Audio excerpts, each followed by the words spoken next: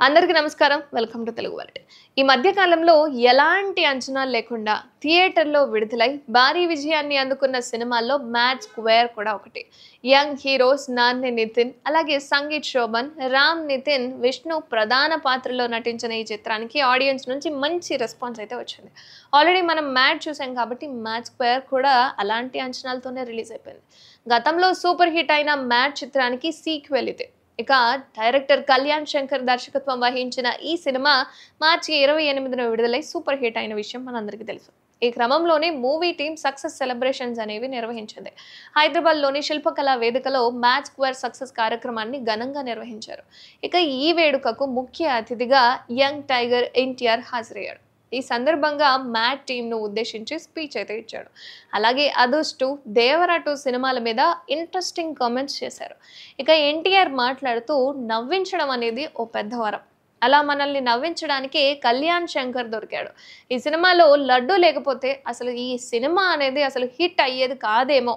నాని నితిన్, రామ్ నితిన్, సంగీత్ శోభన్ అద్భుతంగా నటించారని, దేవర సినిమాను ఆదరించినందుకు, అంతగా అభిమానించినందుకు కూడా మీ భుజాలపై ఆ సినిమాను మోసినందుకు అందరికీ థ్యాంక్ యూ అని చెప్పుకొచ్చాడు. అలాగే 'దేవర 2' అనేది లేదు అని అనుకున్న వాళ్ళందరికీ చెప్తున్నాను, ఆ సినిమా ఖచ్చితంగా ఉంటుంది. కాకపోతే విరామం ఇచ్చామని చెప్పుకొచ్చాడు. అండ్ ఎందుకంటే మధ్యలో ప్రశాంత్ నీల్ వచ్చారు. త్వరలోనే ఒక సినిమా నాగవంశితో చేయబోతున్నాం. అండ్ సినిమా స్టార్ట్ చేసినప్పుడు ఫ్యాన్స్ అందరినీ కూడా హ్యాండిల్ చేయమని వదిలేస్తానంటూ చెప్పుకొచ్చాడు. ఇక 'అదుర్స్ 2' విషయానికి వస్తే ఆ సినిమా గురించి మాట్లాడుతూ, కామెడీ అనేది పలికించడం యాక్టర్‌కి చాలా కష్టం.